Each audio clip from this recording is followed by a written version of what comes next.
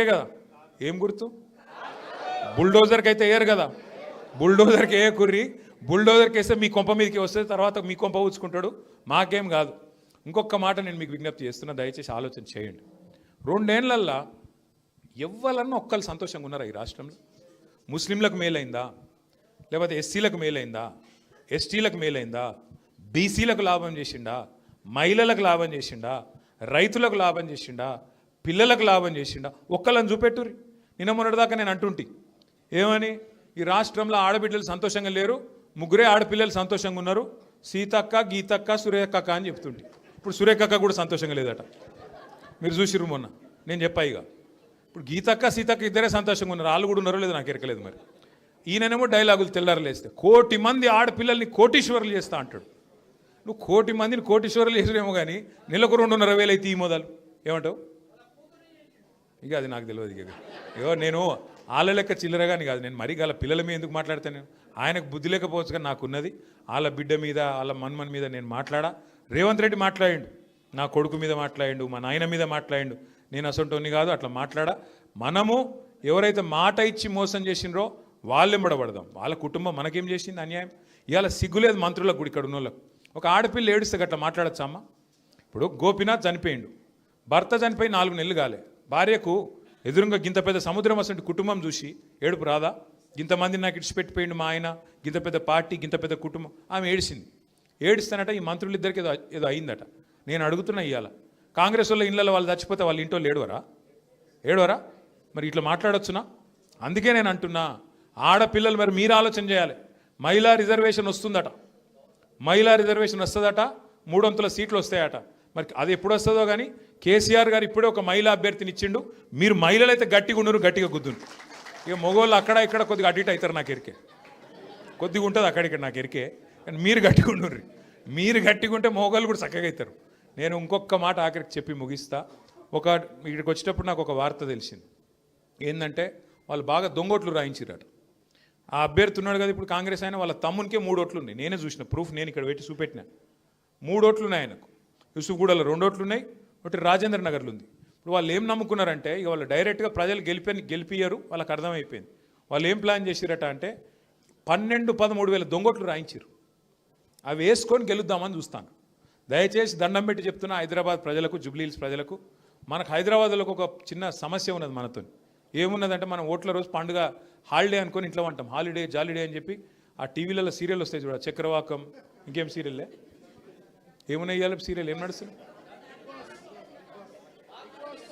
కార్తీక దీపమా ఈ యువతలకెళ్ళి మా తమ్ముడేమో big boss అంటుండు అవి చూడొచ్చు ఆడికోవి కానీ మీరు జర్రా ఒక్క గంట జర ఆ రోజు టైం తీసుకొని రండి లేకపోతే మీరు రాలేదనుకో మీ ఓటు ఇంకెవడో వేసి పిక్తాడు కాంగ్రెస్ వాళ్ళు మొత్తం తయారు చేసుకున్నారట వేరే కాన్స్టిట్యున్సీలకు వెళ్ళి కొంత దొంగోట్లను తెచ్చుకొని ఇక్కడ వేసుకోవాలి అని మొత్తం చేసుకున్నారు ఇక ప్రభుత్వంలో ఉన్నారు కదా పోలీసు వాళ్ళు గీలీసు వాళ్ళు వాళ్ళకే సహకారం చేస్తారు కింద ఉండే అధికారులు కూడా మాకే సహకరిస్తారు అని చెప్పి వాళ్ళు ఏదో ప్లాన్ చేసుకున్నారు మీ ఓటు మీరు వేయలేదు ఇక నేను ఓన్ ఈరోజు నాకు శాతనైతే లేదు లేకపోతే ఇవాళ ఏం పోతాం ఈ ఉప ఎన్నికనే కదా అన్నట్టు మీరు మంచిగా ఇంట్లోనే ఉన్నారనుకో మీ ఓటు ఎవడో వేస్తాడు ఆయన తడబోయి అనవసరంగా మీ ఓటు ఖరాబ్ కానీయకుండ్రి బయటికి రండి ఆ ఒక్కరోజు 11వ తారీఖు రోజు ఒక్కరోజు బయటికి వచ్చి మిమ్మల్ని ఈ 2 ఏళ్ళకెళ్ళి కాల్చుక తింటున్న ఈ ప్రభుత్వానికి బుద్ధి చెప్పండి దయచేసి మీ అందరు కూడా సహకరించండి ఇక మున్నూరు కాపుల గురించి మా అన్నలు అన్ని విషయాలు చెప్పిండ్రు మున్నూరు కాపులను కేసీఆర్ గారు ఎట్లా చూసుకున్నారో ఇప్పుడే రవణ లెక్కలతో సహా చెప్పిండు 9 మంది ఎమ్మెల్యేలు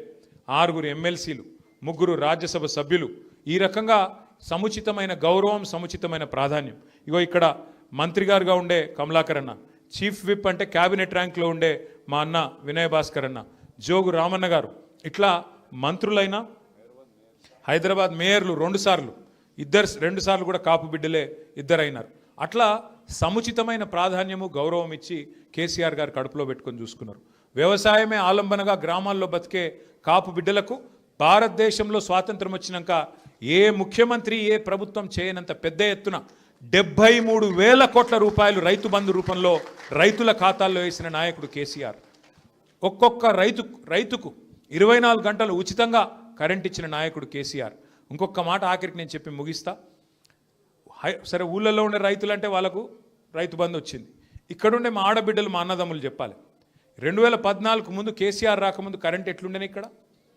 ఆగమాగం లేకుండా జనరేటర్లు ఇన్వర్టర్లతోని మళ్ళీ ఇప్పుడు కరెంటు కట్లు చాలు కాలే.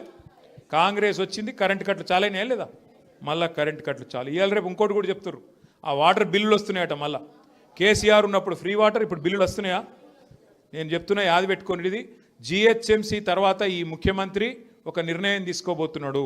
మొన్న ఒక ఇంటర్వ్యూలో మనసుల మాట బయట పడ్డాడు. కేసీఆర్ అనవసరంగా పెట్టిండు ఫ్రీ వాటరు, నేను తీసేస్తా అనే ఆలోచనలో ఆయన ఉన్నాడు.